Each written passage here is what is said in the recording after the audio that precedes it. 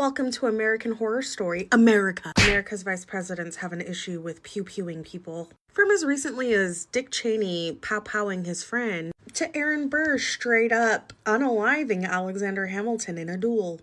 It's all still better than Mike Pence calling his wife mother. But we're talking about the Burr-Hamilton duel of 1804.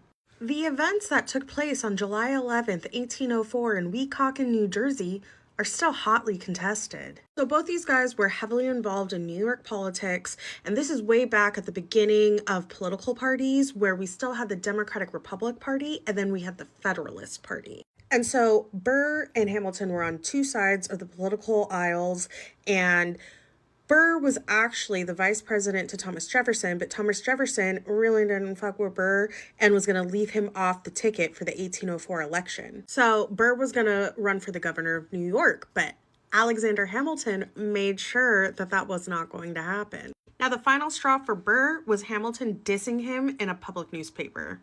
Burr was basically like, say that shit to my face, or duel me, bro.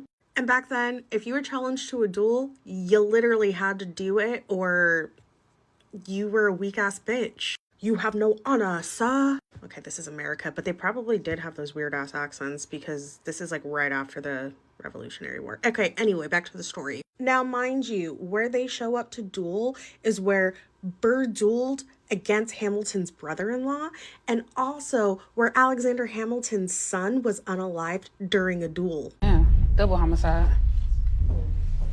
Now, this is where things get hotly contested because it's said that Hamilton pewed first and missed, and then Burr pewed and did not miss. He unalived him. But there's a lot of contention over who brought the weapons, if each man had their own weapons, and kind of exactly what happened. But basically, Alexander Hamilton was unalived from his wounds 36 hours later, and Vice President, was indicted, but never even arrested, which may have set a really bad precedent for things that we're dealing with now. But he was accused of treason for a whole separate incident, but he got acquitted in trial and just ended up being a lawyer in New York for the rest of his days. So, America, man.